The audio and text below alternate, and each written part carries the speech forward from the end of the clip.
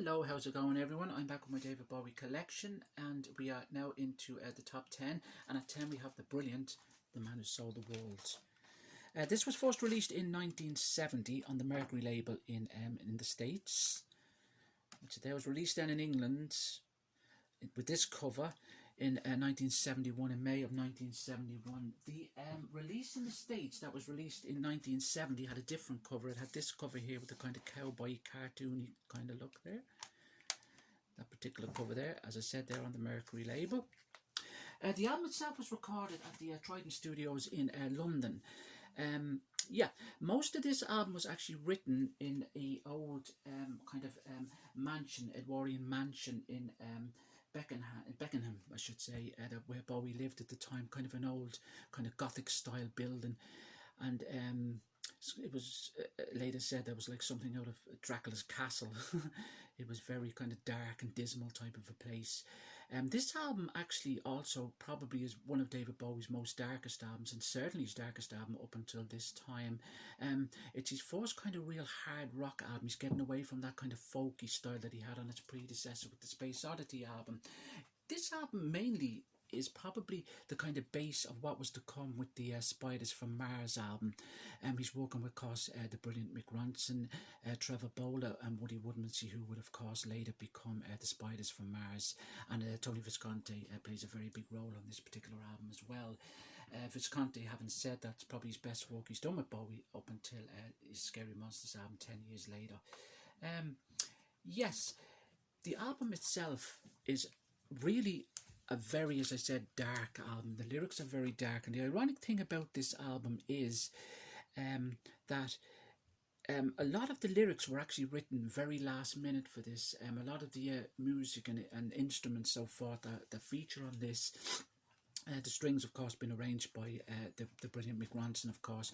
A lot of it is it was done kind of before Bowie actually put lyrics to them. They kind of had to, kind of get Bowie out of his shell as such to write the lyrics, because Bowie was very kind of laid back on this album.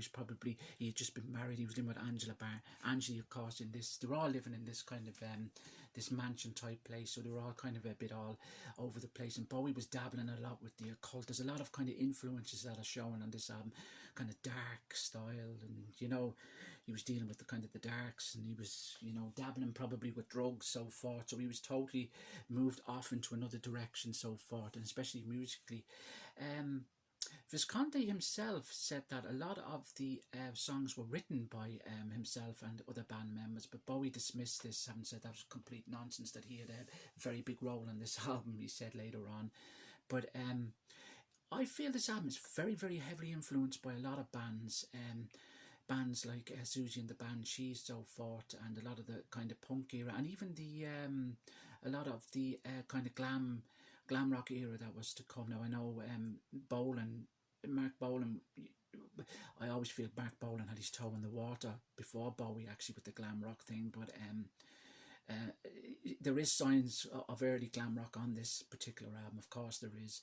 But the opening track, The Width of a Circle, which is an absolute fantastic song, the guitar on this particular piece is absolutely unbelievable, and the lyrics, of course, which are very dark and kind of dealing with the devil and so forth, they're almost disturbing, the lyrics, in a way.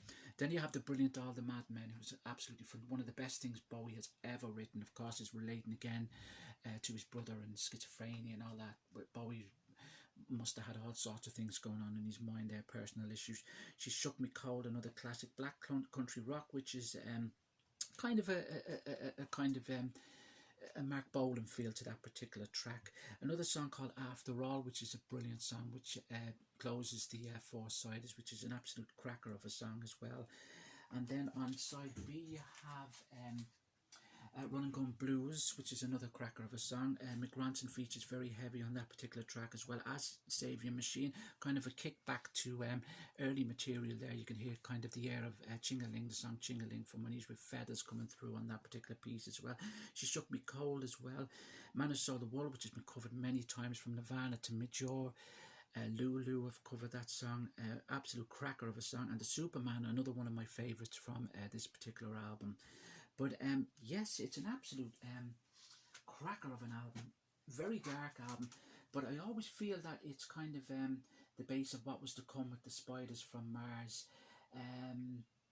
Yeah, it didn't do great. There was no singles actually released from this particular album. I think this album actually done better in the States than it did in England on its first release. Just showing you there again. That's the release from the States. And this, again, just showing you an RCA copy here of The Man Who Sold the World there. With that cover there. This is kind of this is an original pressing by RCA from 72, and that's actually the original pressing from the States also, of The Man Who Sold the World. This is an EMI reissue from 1990, which actually has the two covers on it, which is nice there. Of course, I have all the other reissues that came out. This album was released many times, and it did get a picture disc release also on Record Store Day, I should say, a few years ago as well. That's the picture disc there. That's another lovely piece. Yeah, but it's an album I'm very fond of, and a lot of Bowie fans regard this probably as one of their favourite, if not their favourite David Bowie album, to be honest with you. As I said, there was no singles released from it, but I feel that Mick Ronson plays a very big role on this album. You can feel his guitar sounds, and he's experimenting with his guitar sounds, and you know, it's such a far cry from what he had been doing, and it really is the kind of bass, as I said, for what was to come. Even though on the next album, which will come down, which I'll show in my countdown, the next album that was released after, it's kind of moved away from that kind of dark gothic style and went more kind of hippie dippy style, but with kind of rock influence as well. But this album kind of stands out as a real hard rock piece, and I think, as I said, Heathen is another very dark album by Bowie. I think this is probably one of his, if not darker than Heathen, to be honest with you. There was all sorts of things going on in his mind, but he wrote such fantastic stuff on this album. He really, really did. Yeah, so I'm putting The Man Who Sold the World as number 10. Very comfortable to do so. The Width of a Circle is probably one of my favourite pieces. I can't pick a bad song from this album, or I can't pick even a favourite from this album, because I like all the songs on this album. Width of a Circle, there's so many bands out there. It always reminds me in a way of Oasis. I think Noel Gallagher kind of stole that riff, kind of, which has that kind of an Oasis sound on it. So it really is a masterpiece in its own right. And all the madmen, like so many people were influenced by that song. It was just unbelievable. The songs are just absolutely unbelievable, as Saviour Machine and so forth. Weakest song probably for me would be She Shook Me Cold. It's probably the only song which I'm not over mad on, but the rest of it, every song is just an absolute masterpiece, and you can listen to this album and really kind of get into it, I feel. Yeah, so The Man Who Sold the World, number 10, and again, thanks for watching. I shall be back with number 9.